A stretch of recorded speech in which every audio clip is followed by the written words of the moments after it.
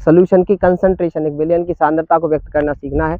सांद्रता को व्यक्त करने से पहले सांद्रता या कंसंट्रेशन शब्द का मतलब समझ लीजिए पहले। कंसंट्रेशन का मतलब होता है, सांद्रता का मतलब होता है एक सब्सटेंस की रिस्पेक्ट में दूसरे सब्सटेंस की मात्रा बताना, है ना।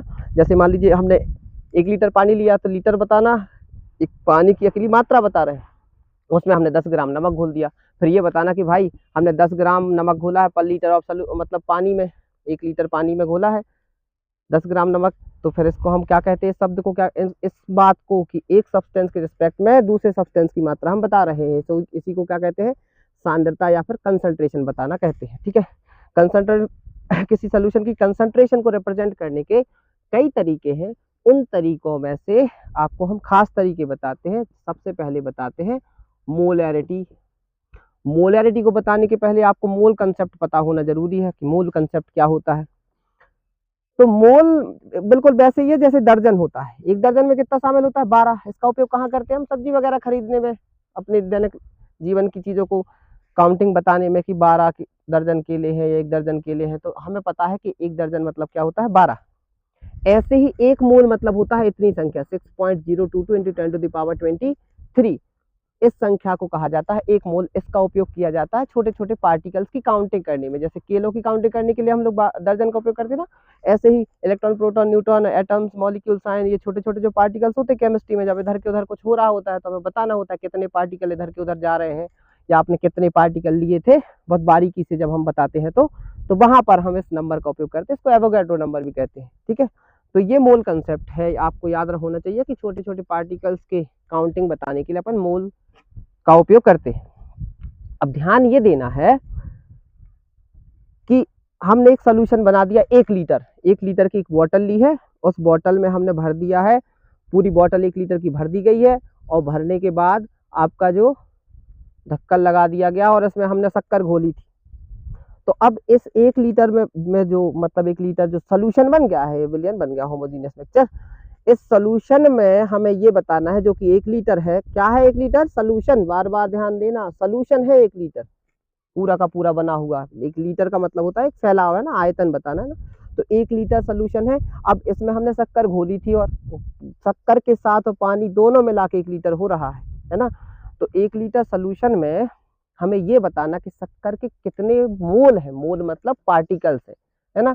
तो number of moles of solute पर लीटर ऑफ सॉल्यूशन। 1 लीटर विलयन में घुले हुए विलय के मोलों की संख्या को एक शब्द में क्या कहा जाता है? मोलैरिटी। ठीक है, क्या कहा जाता है? मोलैरिटी। याद रखिएगा, कई बार ऐसा होता है वो हमें मोल्स नहीं देते कि नंबर ऑफ मोल्स दे दिए डायरेक्ट, वो हमें ग्राम में मात्रा बताएंगे। देखो, ग्राम में और मोल में क्या डिफरेंस है?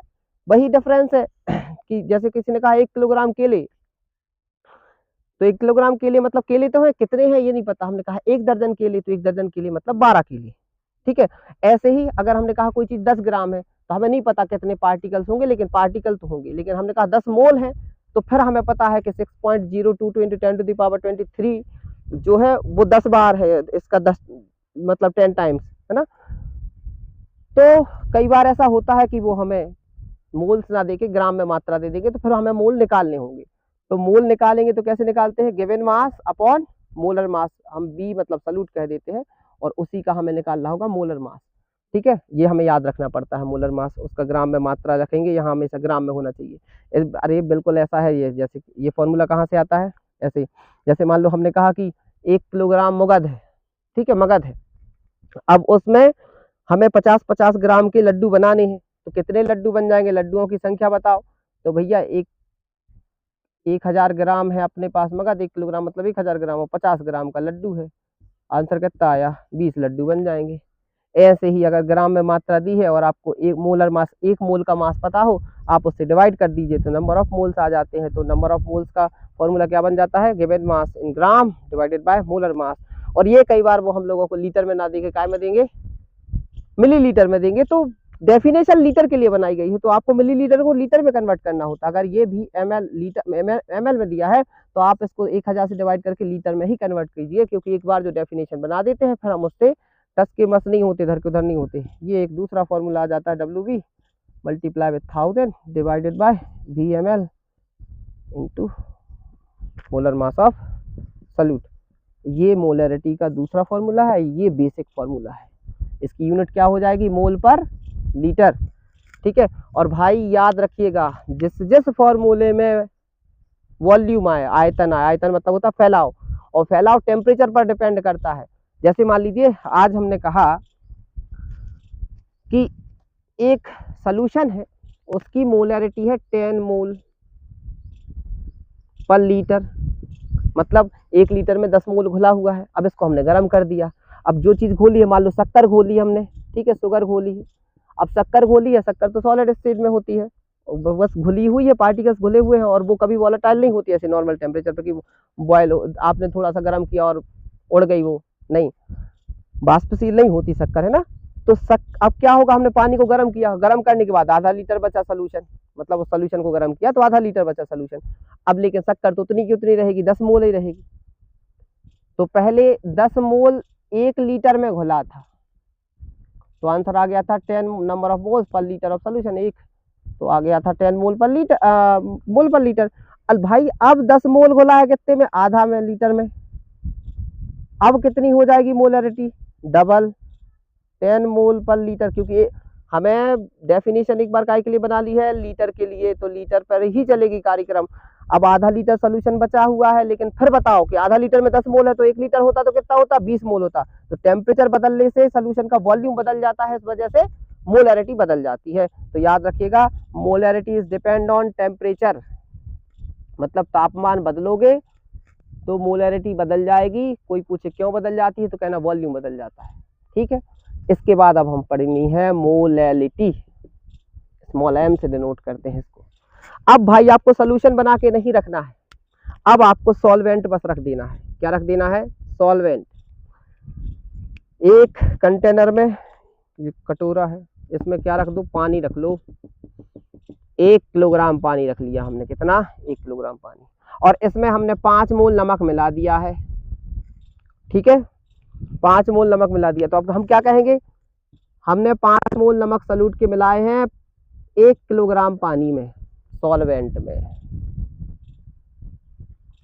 तो number of moles of solute per kg of solvent is known as molality. मतलब इसका फॉर्मूला बनाएंगे तो कैसे बनेगा, small m is equal to number of moles of solute per kg of solvent, ना कि सोल्यूशन, याद रखिएगा। ठीक है, नंबर ऑफ मोल्स में और किलोग्राम में क्या डिफरेंस होता है, उतना ही डिफरेंस होता है जैसे 1 दर्जन केले में और 1 किलोग्राम केले में होता है। ये बात तो आपको याद है। और आपको एक बात और याद रखनी पड़ेगी कि ये टेम्परेचर पर डिपेंड नहीं करता। क्यों नहीं करता, क्योंकि नंबर ऑफ पार्टिकल्स कभी टेम्परेचर से बदलते नहीं है। उनका फैलाव जरूर बदल सकता है, उनका वॉल्यूम बदल सकता है, वो दूर दूर हो सकते हैं, पास पास हो सकते हैं टेम्परेचर बदलने से, लेकिन ऐसा नहीं होगा कि वो अचानक से, जैसे मान लो एक कमरे में 20 लोग बैठे थे, अचानक बहुत तेज गर्मी पड़ी तो अचानक से 40 लोग हो गए, ऐसा थोड़ी होगा कभी कि अचानक से 10 लोग बचे। जितने पार्टिकल्स होते हैं उतने ही पार्टिकल्स रहते हैं, चाहे वो दुनिया के किसी भी कोने में चले जाएं, चाहे टेम्परेचर कितना भी हो जाए, चाहे दुनिया में आग लग जाए, चाहे कुछ भी होता रहे, नंबर ऑफ पार्टिकल्स पर फर्क नहीं आता। कणों की संख्या नहीं बदलती टेम्परेचर से। अगर ऐसा होता तो गर्मियों में तो पता चला दुनिया दुगनी हो जाती, कि गर्मियां बढ़ रही हैं, टेम्परेचर बढ़ गया, ठंडों में दुनिया आधी बचती। नहीं, जो जितना होता है उतना ही रहता है, टेम्परेचर पर डिपेंड नहीं करता।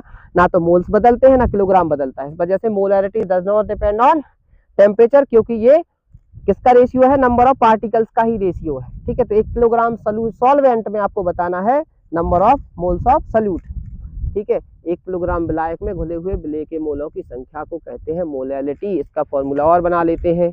तो मोलैलिटी का फॉर्मूला क्या हो जाएगा, नंबर ऑफ, मोलैलिटी को स्मॉल m से डिनोट करते हैं, number of moles of solute, B बोल देते हैं सॉल्यूट को, और सॉल्वेंट का किलोग्राम में मास बताना है आपको।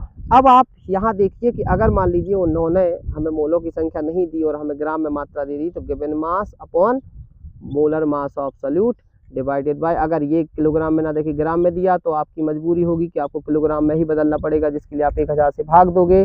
फिर फॉर्मूला फिर से इसका बन जाएगा 1000 multiply divided by WG into MV। ठीक है, ये एक नया फॉर्मूला आ गया मोलैलिटी का, और ये मास मतलब ये टेम्परेचर पर डिपेंड नहीं करेगी, और इसका यूनिट क्या हो जाएगा, मोल पर किलोग्राम। ठीक है, आगे बढ़ते हैं। अब समझना है मोल फ्रैक्शन, ये एक नया तरीका होता है कंसंट्रेशन बताने का सॉल्यूशन की। क्या पढ़ना है? Mole fraction. फ्रैक्शन का मतलब होता है हिस्सेदारी बताना, हिस्सा बताना, किसी भी चीज का हिस्सा बताना हो उसका फ्रैक्शन। पैसों का फ्रैक्शन हो सकता है, ग्राम में फ्रैक्शन हो सकता है, रोटी का फ्रैक्शन हो सकता है, किसी भी चीज का। यहाँ हम मोल का फ्रैक्शन बता रहे हैं। क्या करेंगे? सोल्यूशन होगा उसमें, अभी मान लेते हैं ए सॉल्वेंट है और बी सॉल्यूट है, ठीक है। ए सॉल्वेंट और बी क्या मान लेते हैं? सॉल्यूट है। इसके मोल एन ए मान लेते हैं, इसके मोल एन बी मान लेते हैं, ठीक है।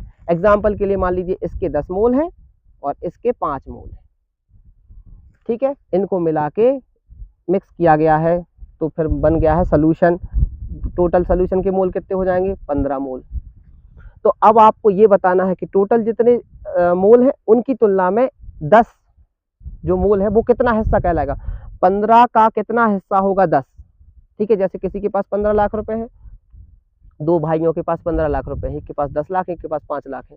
तो फिर हमें उनकी कंपैरिजन करके बताना है कि 15 लाख की तुलना में 10 लाख कितने रुपए कहलाते हैं, कितना हिस्सा कहलाता है। मतलब कैसे?